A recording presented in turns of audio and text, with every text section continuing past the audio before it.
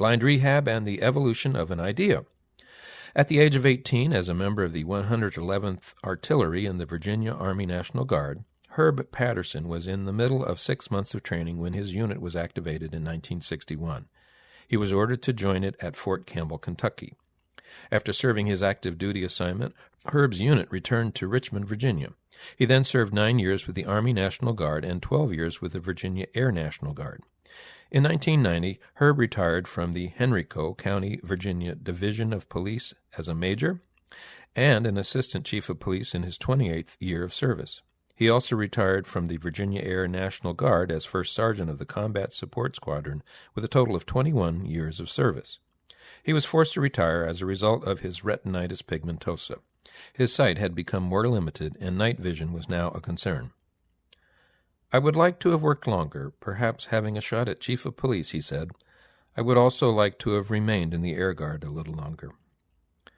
As is the case with the life plans of many BVA members, however, the eye disorder prevented these events from occurring in Herb's future.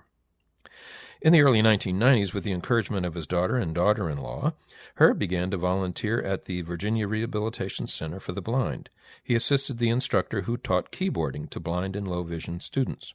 To put things in the proper time context, Herb and his fellow blinded veterans were then still using DOS software with JAWS and Zoom text. He began learning more about computer software during his tenure at the center, actually helping to install the first Windows programs on its computers. Herb also began to work at the Virginia Association of the Blind, which refurbished computers with adaptive software and gave them to schools and to others who could not afford them. He then distributed them to young people and adults who were blind or low vision and who could not afford the equipment. The software for such computers was purchased while the hardware was donated by various companies or individuals.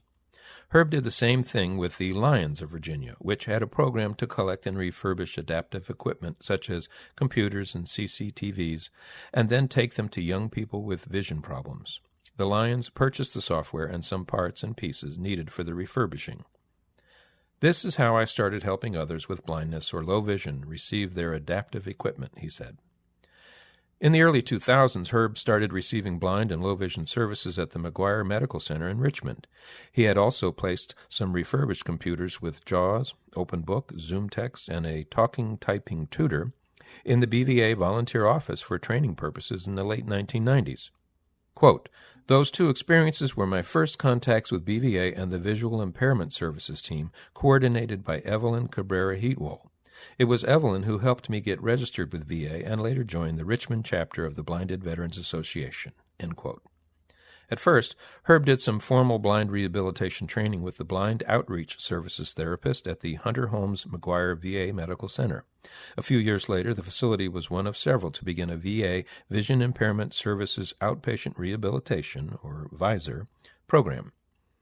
Quote, "Training centers such as this one are the result of BVA recognizing the need for this type of blind and low vision training to supplement the 13 major blind rehabilitations," Herb said.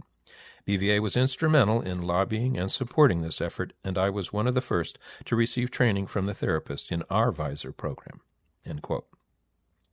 At one of the Mid-Atlantic Regional Group meetings, a BVA member suggested that the group try to collect equipment that was no longer being used by blinded veterans or from the families of deceased members.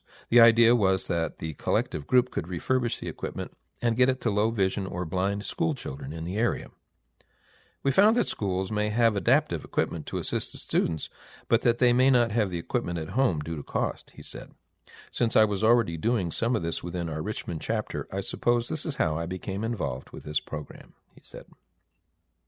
Herb and his fellow regional group members had to depend on one another to get the word out about the refurb program.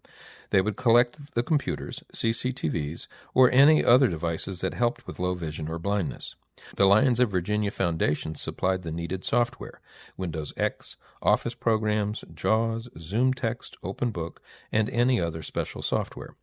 After cleaning the computer hard drives, installing the new software, and otherwise getting the machines ready, Herb would frequently get requests from instructors at the rehab centers, vision teachers from around the state, and sometimes through word of mouth by someone who knew about the program.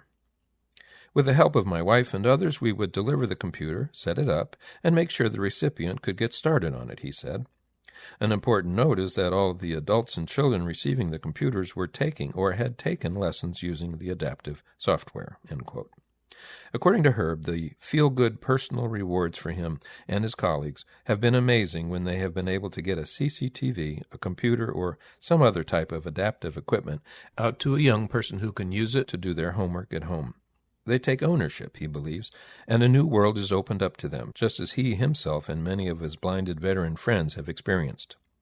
I cannot see the faces of the young people we have helped, but I can hear the enthusiasm in their voices, he said. Of course, the sighted person helping me tells me the reaction of the person receiving the equipment. Herb believes that if the accessibility equipment is just sitting at a veteran's home and not being used, there are others who can benefit from it.